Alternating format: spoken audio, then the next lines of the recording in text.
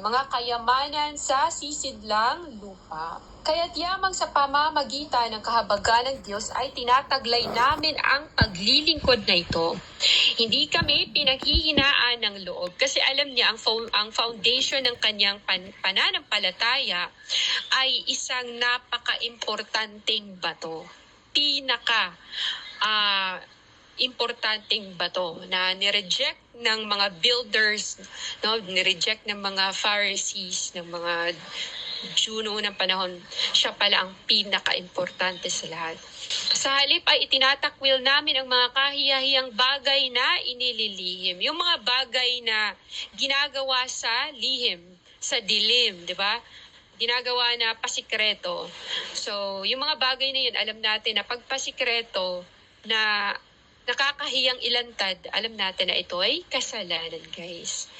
At yun nga, hindi kami namumuhay sa kautusan at hindi namin binabaluktot ang salita ng Diyos, kundi sa pamamagitan ng pagpapahayag ng katotohanan ay inilalapit namin ang aming sarili sa bawat budhi ng mga tao sa paningin ng Diyos.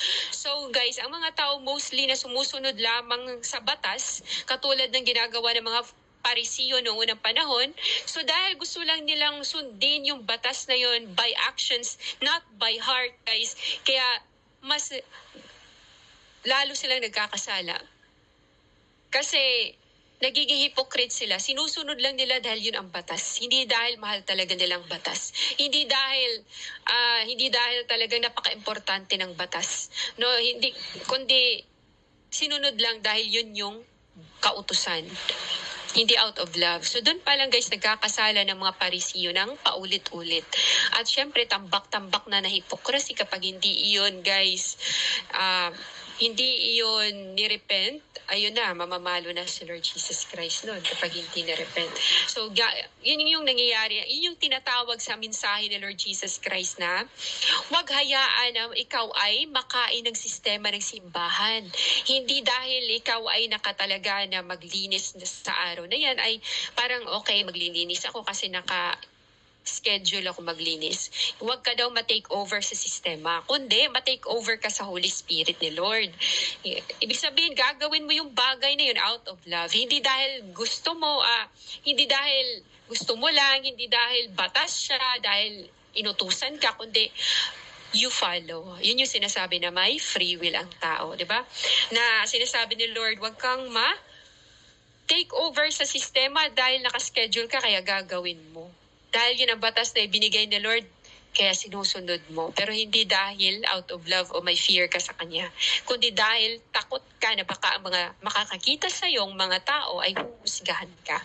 No, na baka iba yung tingin nila sa iyo, kasi noong unang panahon, babatuhin ka agad, i-criticize ka agad, very important sa kanila yon, yung kanilang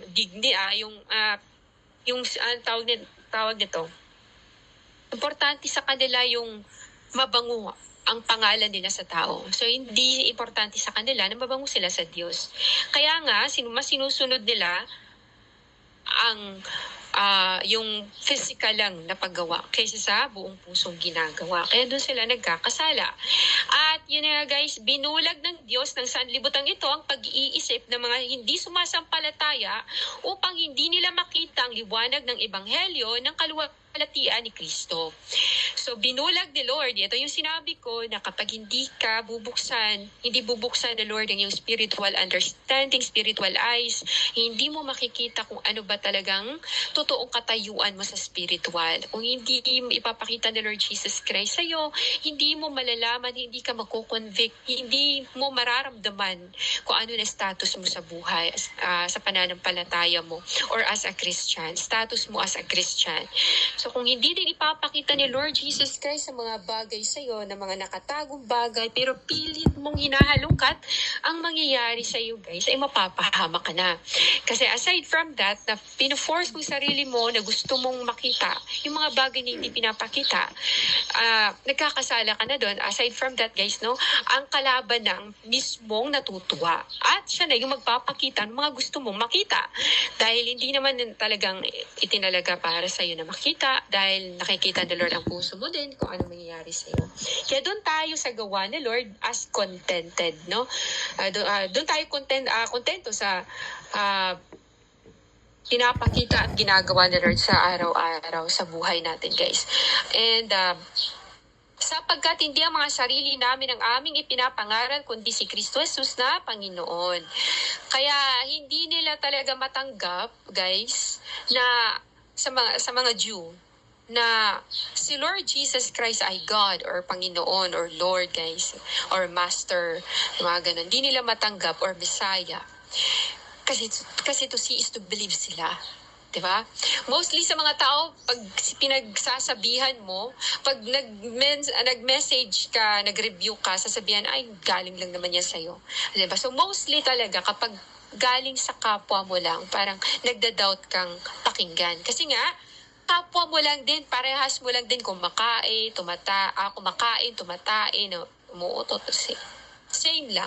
Kaya parang nagda-doubt ka, bakit mo ko sinasabihan ng ganyan, mga ganon. Kaya ganon din nangyayari sa mga propetang nagbibigay mensahe. Kasi nga kaparehas nilang tao, ba't ka ba nagre-review sa akin, nagsisend sa akin, mga ganito-ganyan. Sino ka ba sa palagay mo? Kaya yun yung sinasabi ng mga tao. Hindi nila matanggap na kapwa nila tao ang nagre-review. So, ang gusto talaga nila ay si God. Gusto nilang pa-espesyal. Kahit hindi naman espesyal. Espesyal daw. Gusto nilang maging espesyal. At kapag pinapakitaan ng mga supernatural din, kahit peke naman, ay yung iba kadalasan gusto lang maging espesyal din. Kapag nagsalita sila, parang gusto nila sabihin na espesyal sila sa Diyos. So, nagiging mayabang. Kaya may mga bagay na gustong halongkatin ng tao, pero hindi pinapahalongkat ni Lord. Talagang hinaharangan siya. At ang worst pa dun, guys, ang pangit pa dun, ay ang demonyo. Demonyo ang magpapakita sa'yo. Mga ganon.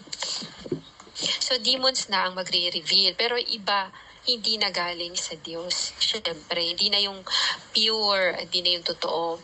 So, yun. At ang aming mga sarili ay mga alipin ninyo alang-alang kay Kristo. Di ba?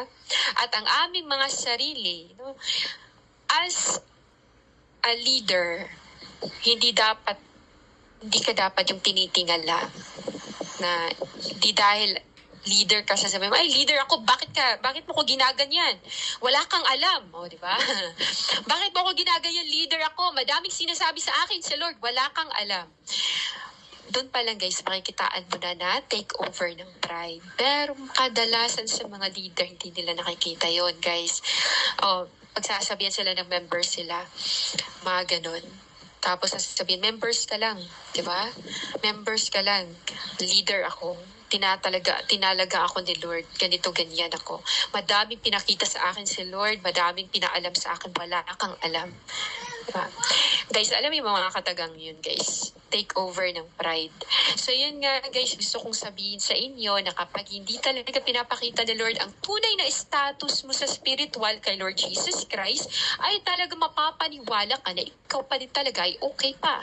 Na masasabi mo pa din talaga sa ibang tao o sa sarili mo na ikaw ay okay pa. Pero yung mga taong nakaka-discern, nakakakita kung ano nang nangyayari sa'yo, ay tahimik lang sila. Nakakapagsabi sila pero palagi silang nire-reject kaya hindi na sila nagsalita pa. Mas pinili nilang tumahimik na lang. So yun, guys, may baboy background. At yun nga ang nangyayari sa mga leader. Most sa mga leader kasi mostly lumalaki ang ulo. Yun yung pangit talaga, guys. Kapag lumalaki na ang ulo. Kasi madami ka nang natutunan, madami ka nang alam, at mas above ka sa mga nasasakupan mo. Yun yung nasa isip mo kasi leader ka. Akala mo above ka.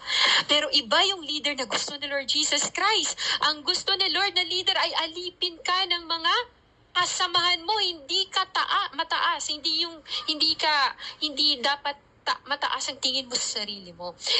Opposite kay Lord Jesus Christ, if you are the leader, then you will be the alipin. You will be the servant. Hindi kayong parang magpapakita na leader ako. So iba na yun, guys.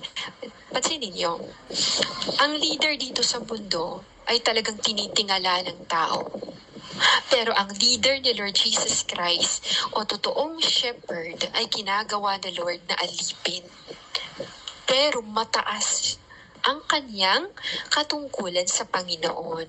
Pero sa mata ng mundo, isa siyang alipin. Pansinin niyo guys, parang ganito lang yan. Salat ka sa lahat ng bagay dito sa mundo, pero napakayaman mo sa mata ng Diyos. Ganun lang yan guys, kasimple. So, pag may narinig tayo na ganyan, ng mga church leaders o kahit sinong Kristiyano, wala kang alam ganito ganyan. No? Yan, ibig sabihin, may sakit na sila na hindi nila namamalayan. So may sakit na sila, may kakaiba ng nararamdaman sa spiritual sa kanilang pang spiritual na buhay. So madami na silang nararamdaman pero hindi kita.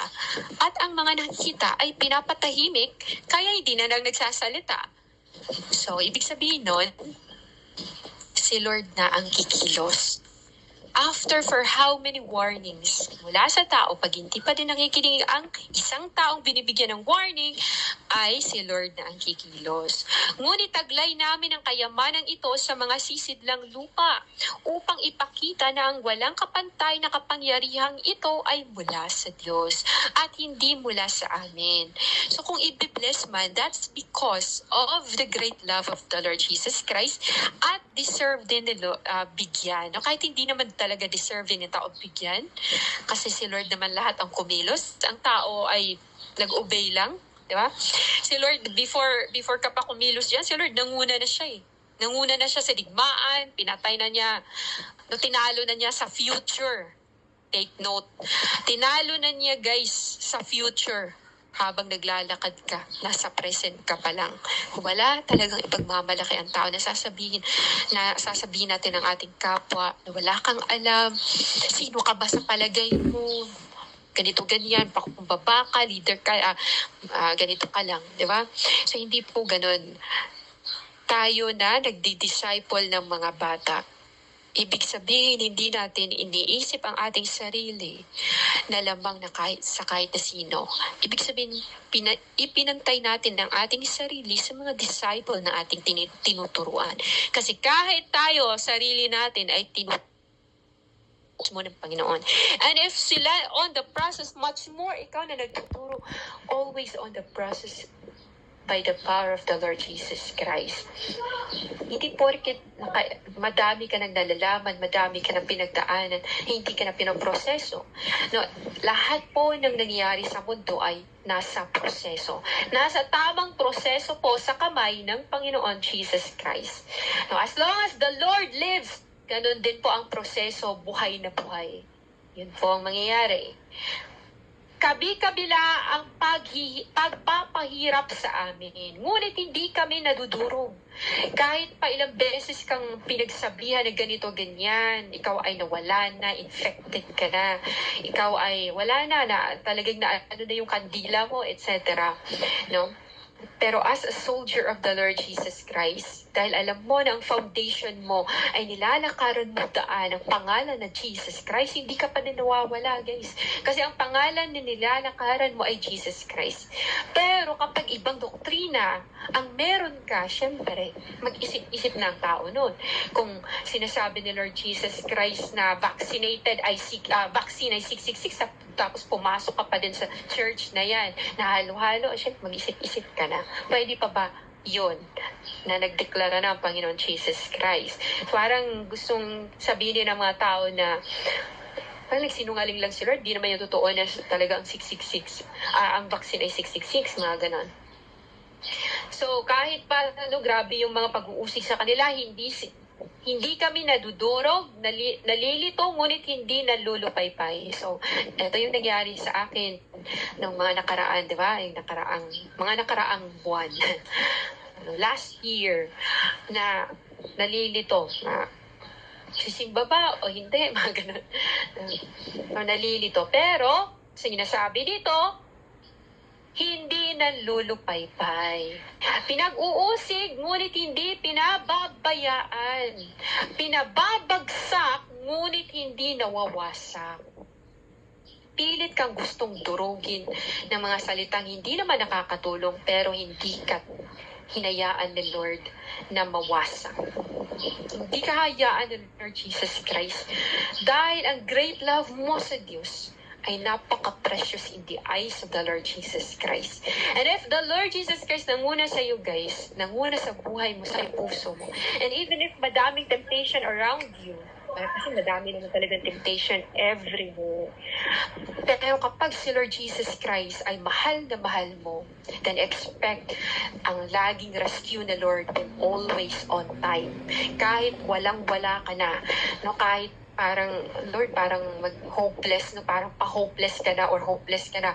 Pero biglang darating ang rescue ni Lord. Gusto niya sabihin, anak, andito lang ako, nagsusubaybay sa iyo. I never left you.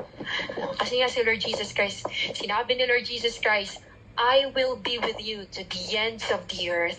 As long as hindi ka mag-depart, hindi mawala ang love mo kay Lord Jesus Christ. At ang love mo kay Lord ay pure talaga, na mahal mo talaga si Lord. Lord, mahal na mahal kita, Lord. Pero may mga bagay talaga na parang gustong umeksena, no, between you and me. Parang may gustong pumagitna sa'yo at sa akin. It's either my family, it's either my financial crisis ba, it's either yung mga problema, yung mga pagsubok, humaharang siya. Pero take note, si Lord Jesus Christ pala talagang bagay na hindi niya kayang gawin, guys. And if you will only desire, Lord, control my life, huwag mong hayaan ang mundo na magmanipula sa akin. But let your power rule over me. Si Lord Jesus Christ mag-rule over you.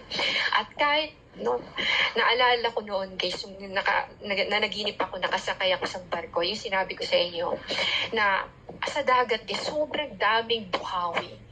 Tapos yung barko talaga napapalibutan siya ng buhawi. Pero yung barko na yun, guys, sobrang bilis yung tumakbo. Tapos yung buhawi na yun talagang iniilag-ilaga na lang niya. So ganun din ang mangyayari sa you as a Christian if your foundation is the Lord Jesus Christ. And if you really walk in the path of the Lord Jesus Christ, hindi dahil kilala mo si Lord, no, wag mo isipin na save ka na agad kasi every now and then si Satan ay talaga naghahanap siya ng way in order to capture you. Hindi dahil Christian ka, you are saved. Hindi ganun po. As long as we're still alive, tapos as long as andito pa tayo sa mundo, not guaranteed na hindi ka makapture ng demonyo. Because every day is a battle. Every day is a battle. Every move, decision you make, no, it's either mawawala ka o mananatili ka. Ganun po ang buhay Christian. Hindi, dalawa lang yun eh. Christian ka talaga o hindi. Hindi pwedeng sasabihin fake Christian. Walang fake Christian. Christian ka ba talaga o hindi ka Christian? No, makikita po yan. Sabi nga ni Lord, you will know them by their fruits if talagang sila ay sa akin o hindi. So, syempre, binigyan na tayo ni Lord Jesus Christ ng tip. Kung ang isang tao ba ay kay Lord Jesus Christ o hindi, kahit magaling pa yan mag-preach. No. Ito guys, yung sinasabi natin dito guys, para magkaroon tayo ng discernment. Kahit sa sobrang konti lang na pananalita ng isang preacher, kung tunay ba siya o hindi, you can be able to discern. That's the power of the Holy Spirit of God. Yun yung power ng Lord Jesus Christ. Pag nag-rest sa'yo, hindi ka basta-basta talagang matitinag, hindi ka din basta-bastang mapapaniwala sa kung anong nababasa mo sa social media. Especially social media, no, nag-feed sa'yo ng different kinds of information and you don't know, isa doon, open door pala yun in order to attack you. Okay, sabi din ni Lord Jesus Christ talaga, protect your eyes. Protect kung anong binabasa mo, mga information, especially books, kung wala namang kinalaman kay Lord Jesus Christ. Yung mga bagay na walang kinalaman kay Lord Jesus Christ, parang as a soldier, wala kang dapat na gagawin na mga bagay outside sa pagiging soldier mo. Yung mga ganun, ang gusto ng Lord Jesus Christ, you have to focus. Kasi this is the last days. We are living in the last days, the last hours that anytime the Lord Jesus Christ will come. Pinag-uusig, ngunit hindi pinababayaan. Ito yun guys, no? Madaming mga persecution, madaming, kahit hindi family mo, kahit yung problema mo, nagpe-persecute yan sa'yo. No, kahit yung mga alalahanin mo sa buhay, nagpe-persecute yan sa'yo. Hindi lang literal na, oh, ikaw, ganito ganyan, Christian ka. Ganito ganyan, peke ka, ganito ganyan. Di totoo si Lord Jesus Christ. Hindi lang ganun ang persecution. Problems mo, mga alalahanin mo sa buhay, nagpe-persecute yan every day sa'yo. Now, if you are not strong enough in the Lord Jesus Christ, then talagang para ka magtapa. Hindi mo na lang maiisip mo. Diba? Mapapaisip ka na lang ng iba't ibang mga bagay. But if you trusted the Lord Jesus Christ, because the Holy Spirit will remind you, anak, ba't ka ba nababagabag? I'm just here. No? Yung mga bagay na nakikita ng iyong mga mata, in a blink of an eye, mapupulbo yan. Pwedeng mawala yan. Kahit ang buhay ng tao. Kaya, yun ang gusto ng Lord Jesus Christ. He should be the number one. Pero may times talaga na sinusubo ka. Mauuna talaga yung kapatid mo, pamilya, magulang, anak, mga ganun. Pero, repent lang, no? As long as makakapag-repent ka pa na wala kang vaccine, mararamdaman mo pa sa Lord Jesus Christ, then you have the chance pa din talaga na makasama sa rapture, guys. So, gusto talaga ni Lord ay holy and pure. At may mga nagagawa man tayo everyday talaga, magpalinis ka ng banal na dugo ni Lord. Sasabihin mo sa kanya, Lord, please cleanse me by the power of your holy blood. Di ba yung sabi sa salita ni Lord sa Revelation, blessed are those who wash their robes. Yung wash na yun ay repentance mo sa Diyos. And talagang you will do your best. No, kahit yung best mo parang hindi to best, pero kasi nakikita ni Lord ang puso. Hindi naman siya nag-judge based on our actions, but based on our hearts. Sa puso po natin tumitingin sa Lord Jesus Christ, hindi dahil nagsisimba ka dyan talagang inspired ka na. Alam nyo ba, madaming nagsisimba pero bulok na yung kanilang kaluluwa. And pinapakita nila na they're okay. They're inside the church, nakikinig sila. Pero hindi na pala sila yun.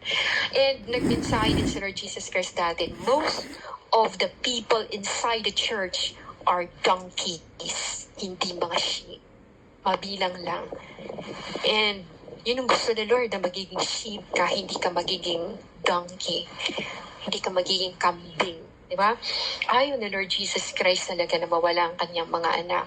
Pero sa kay Lord Jesus Christ, kung halimbawa naman ay ang daming members sa church tapos hindi naman niya nagpapakabanal, napaka-useless ng kanilang pagsisimba.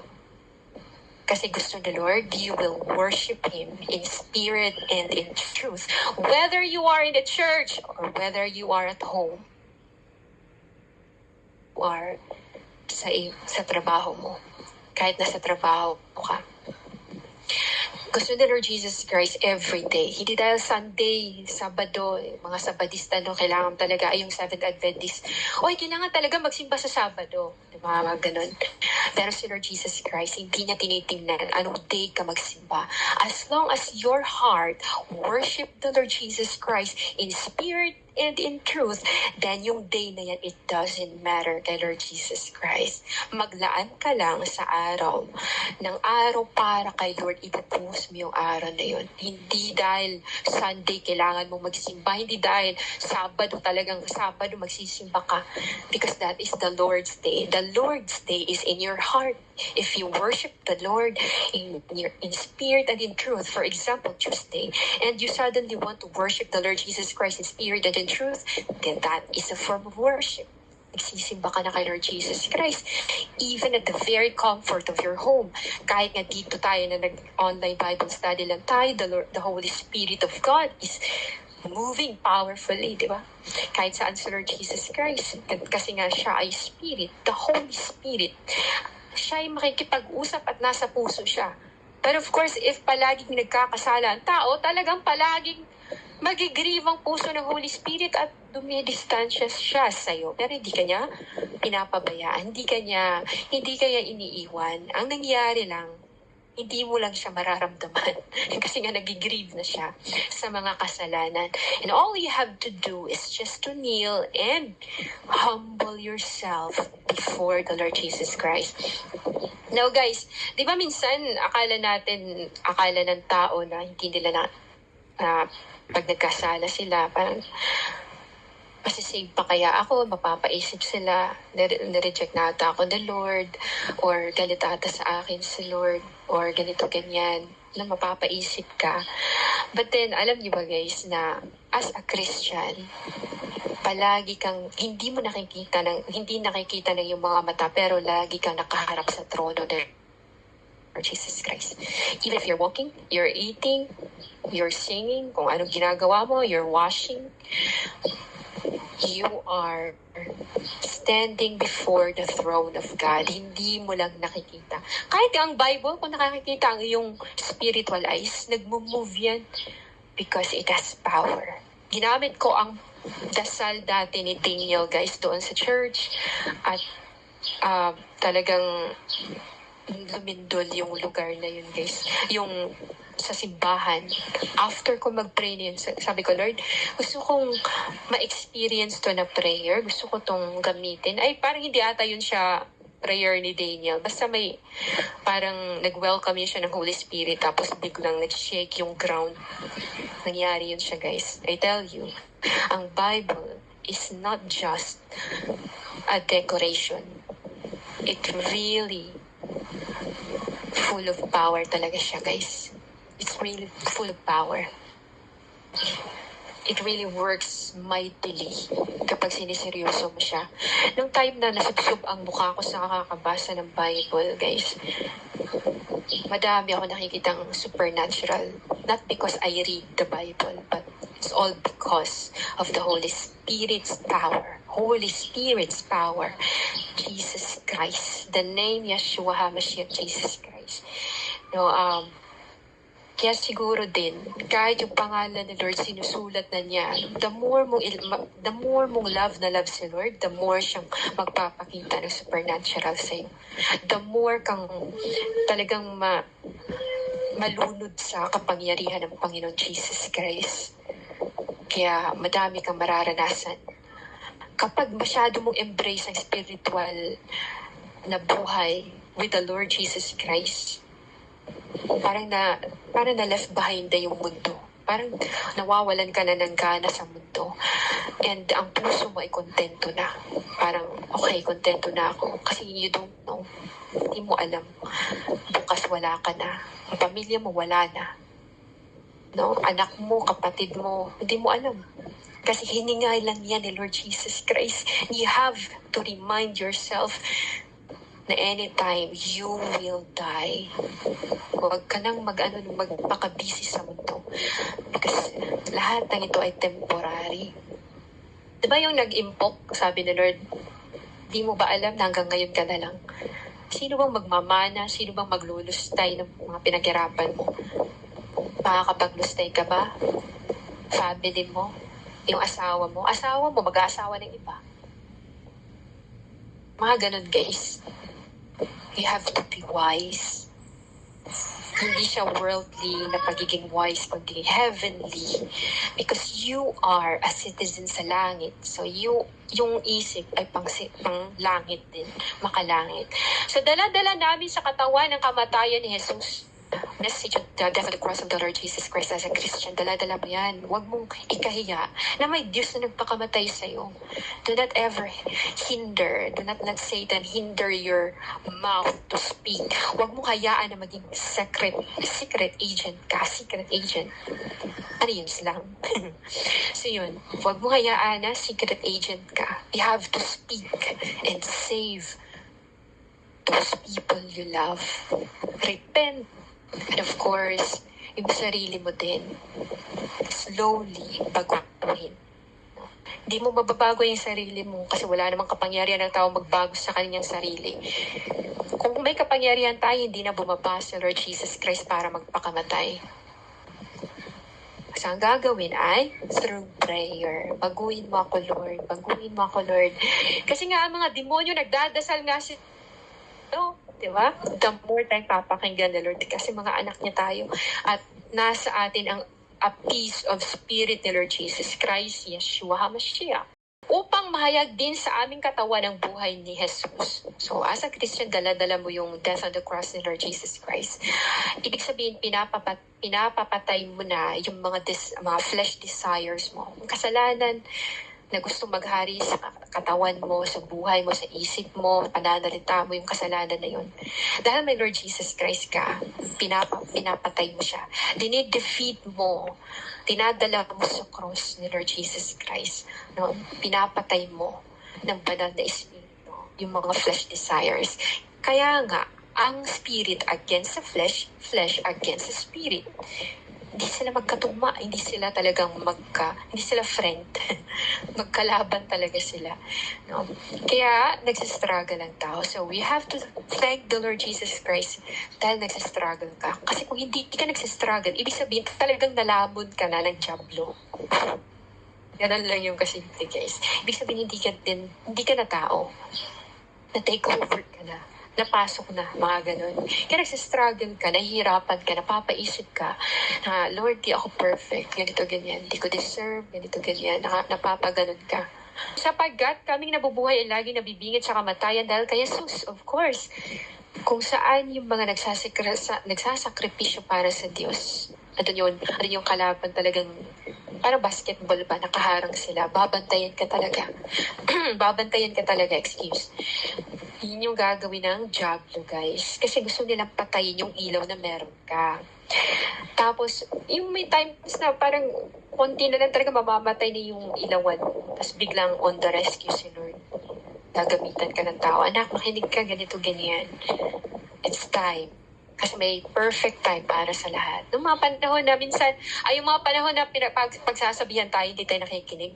Yung sinasabihan ako palagi noong 2014, sinabihan na ako, 15, 16, 17, hanggang nag-18, doon na ako nakinig. Mag-serve ka na, Eileen. Ginagano na ako ni Lord Jesus Christ. Hindi ako mag-serve kasi wala akong alam. Yun yung laging sagot ko. Bata pa ako, Lord, wala akong alam. Kaya, yun. Pero, pinalo ako ni Lord, kaya natuto ako.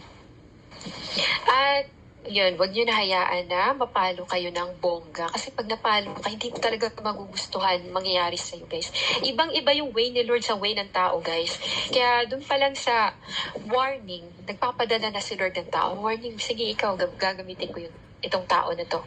Siya magbibigay ng warning. Bigla kang lukuban ng Holy Spirit ni Lord, tapos bigla kang, hoy, alam mo ba, yung mensahe galing sa iyo, kay Satanas yan.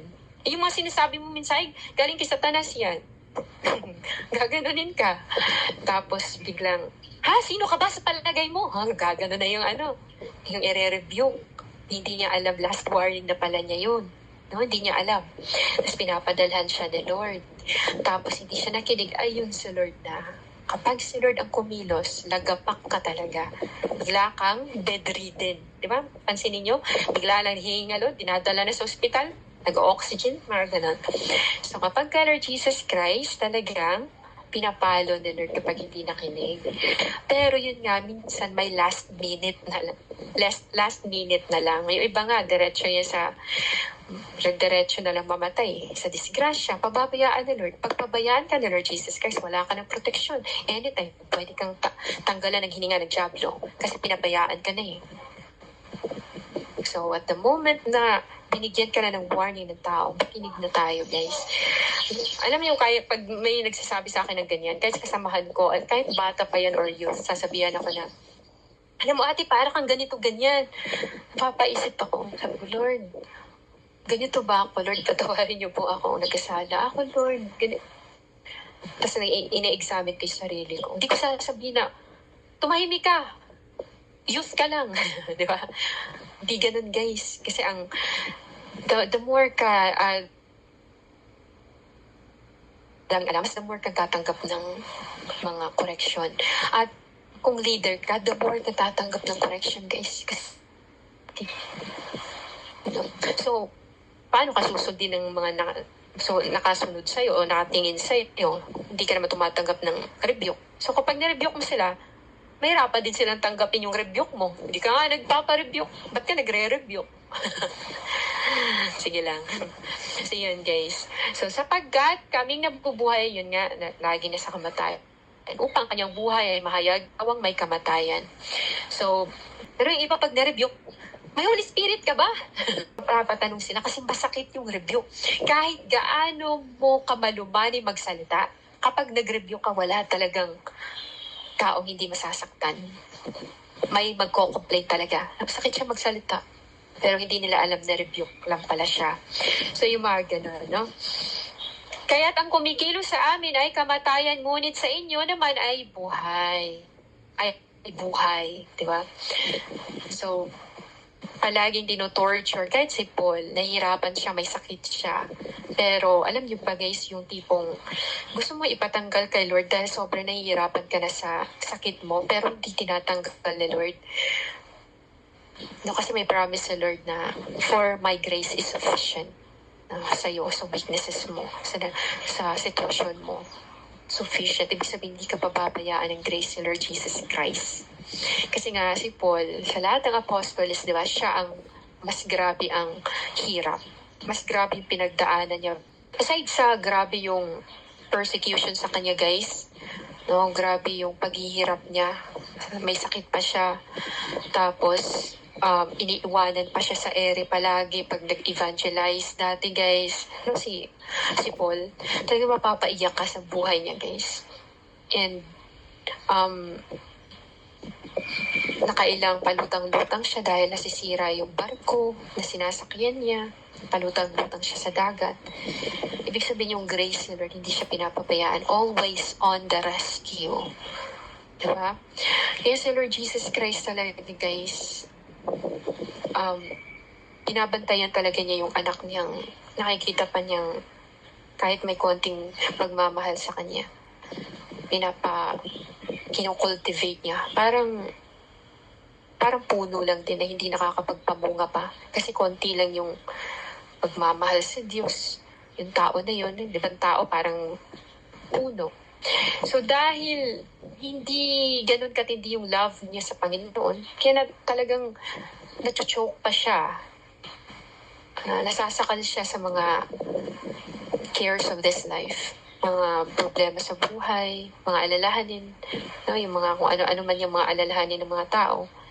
Kaya nasasakal ang Christian na yon. Pero si Lord talaga, the Lord of chances.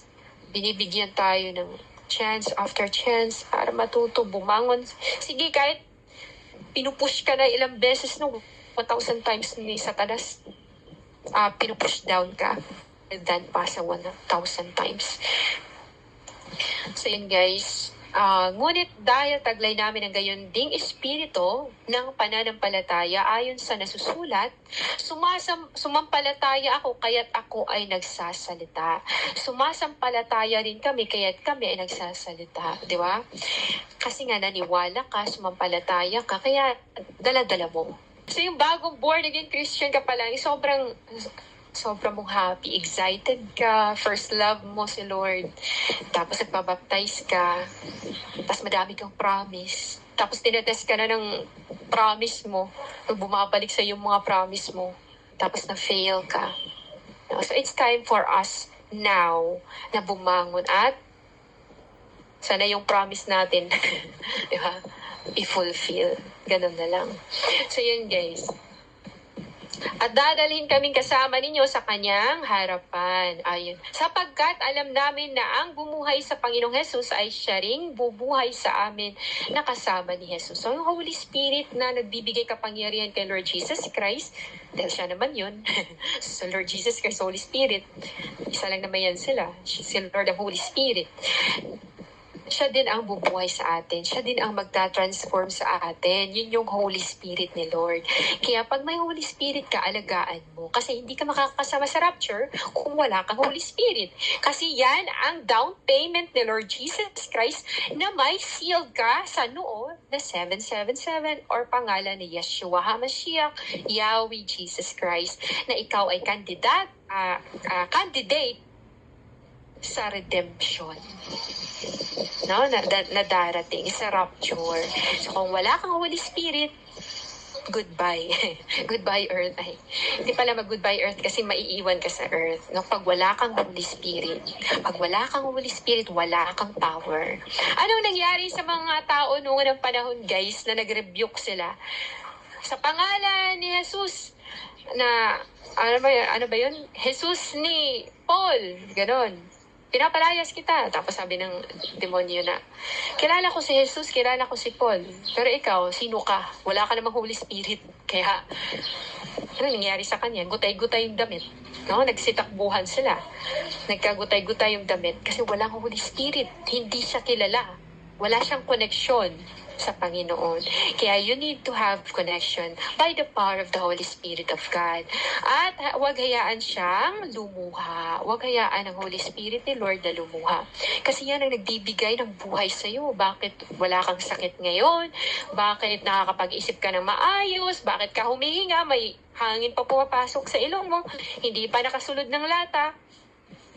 Nakasilid pala, Bisaya, ayun. So yun guys, no? Unlimited pa yung hangin mo. So, freely na binigyan ka ni Lord, freely mo din siyang i-glorify. No? Huwag mong hayaan na palagi ka na lang magko-complain kasi pinapatay talaga ni Lord yung mga mahilig mag-complain noon, guys, doon sa Exodus, sa Book of Exodus. Mababasa natin talagang pinatay ni Lord yung mga Israelita doon. Palagi silang nagko-complain. Sana, hindi na lang kami. Sana, gumagano na sila. Sana sila. Kaya, inayaan ni Lord na sila makagat ng ahas at mamatay. Hayaan ni Lord, mamatay sila sa gutom. Inayaan ni Lord na masakal sila dun sa karneng kinakain nila. No? Kaya yun, gusto na Lord, makontento ka lang, maniwala ka lang kay Lord Jesus Christ. Kasi alam ni Lord ang ginagawa niya. Tapos, sa kakalakad nila sa Book of Exodus, guys, sa kakalakad nila, for how many years, paikot-ikot sila, guys, dahil sa katigasan ng ulo nila. No? Ang nangyayari guys sa damit nila, ang kanilang sandalyas, hindi man lang napunit, hindi man lang nasira. So, ibig sabihin, hindi ka pababayaan ni Lord Jesus Christ. No? Kasi nga, yung mga tao nga noon na ang pangalan lang ipinakilala ni Lord ay Yahweh. How much more ngayon, Jesus Christ ka na. Bumabanggit ka na ng Jesus Christ. Dati Yahweh, Elohim. No? Yahweh is Yeshua HaMashiach. Jehovah is Jesus Christ. Pinakita talagang ni-reveal na ni Lord ang pinakahidden, yung pangalan niyang banal. Hindi niya na-reveal sa panahon ni Moses kasi ang mga tao bulag pa. Wala pang Holy Spirit. Wala pa, hindi pa. Kung may magubad man ng Holy Spirit, pinipili lang ni Lord. Kasi hindi lahat talaga ng tao noong ng panahon gustong sumamba sa Diyos. So yun guys ang nangyari. At ang lahat ng mga ito ay para sa inyo upang ang biyayang nakararating sa mas marami pang mga tao ay lalong magparami ng pagpapasalamat tungo sa ikaluluwalhati ng Diyos. Pasalamatan mo ang pagkasalat mo sa mga bagay. Pasalamatan mo weaknesses mo. Pasalamatan mo yung mga sakit na nararamdaman mo. Pasalamatan mo yung mga bagay na nangyayari sa iyo. Yung mga test na yon. Pasalamatan yon in the name of Jesus Christ. Pag nakita na Lord, ay mapagpasalamat ang tao na to. So, i-bless ka na Lord. Pero of course, hindi yan instant. Dahil nagpasalamat ka, i-bless ka agad. So, you have to wait. You have to wait patiently. Katulad lang din ng isang magsasaka. Naghihintay siya patiently. No? Sa kanyang palayan. Ano ba yan? Basta yun. At Verse 16, kaya't hindi kami pinaghihinaan ng loob. Bagaman ang aming panlabas na pagkatao ay nabubulok, kung tingin nyo sa akin guys na nagsasalita ngayon, ay napakatanda naman ni Sister Eileen. Mga ganon. It doesn't matter, hayaan na yung tanda na yan. Kasi lahat naman talaga, no, nagbabago dito sa mundo. Nagbabago yung anyo. Ang mundo nga nagbabago dahil sa kasalanan, tao pa kaya ang gumagawa ng kasalanan. Joke lang. Pero totoo yan. So yun nga guys, no, pag halimbawa ganun sasabihin sa'yo, ay bakit ka tumaba? Ay bakit ka pumayat? Ay, ang tanda mo na, ay bakit ganyan? Madami kang tigidig.com sa mukha. Mga ganun. Hayaan mo lang yun sila kasi ganun talaga ang buhay. Magbabago at magbabago talaga ang physical na anyo. Hindi naman sa lahat ng panahon ay bata ka lang guys. Tatanda ka talaga, magkakaroon ka ng puting buhok. At yun guys, verse 17, sapagkat itong magaan at pansamantalang paghihirap ang naghahanda sa atin para sa walang hanggang kalwalhatian na hindi maihahambing sa anuman. So itong mga sufferings natin, yung mga pagiging salat natin sa mga bagay, no? Kung may mga gusto tayong gawin, di natin nagagawa agad, may gusto tayong bilhin, hindi tayo nakakabili. So, hindi naman ito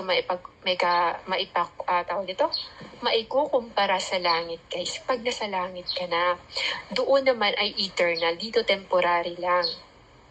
So, dito sa atin, it feels like parang, Lord, 1,000 years na dito sa amin. Tapos kay Lord Jesus Christ, 1 day lang. Diba? Grabe yung, guys, kaibahan sa oras, no, sa kabilang mundo. Agad itong magaan at yun nga, pansamantala lang lahat dito guys, kaya huwag kang masyadong mag-worry, no, kasi ikakamatay na maaga pag palagi kang nag-worry. Yung mga warrior, yun yung may malubhang sakit, laging nagkakaroon ng sakit, nasa stress sila kasi yung mga ganun. Sapagkat hindi namin pinagmamasdan ang mga bagay na nakikita, kundi ang mga bagay na hindi nakikita. Sapagkat ang mga bagay na nakikita ay pansamantala lamang. Subalit ang mga bagay na hindi nakikita ay walang hanggan. So ibig sabihin ng faith kasi natin, di ba? Doon tayo sa yun nga, may faith tayo. Yung mga bagay hindi natin nakikita, yun yung pinanghawakan, pinaniniwalaan natin. And that will last for all eternity. At dito sa mundo, mawawala lang to lahat dito guys. So we don't need to worry.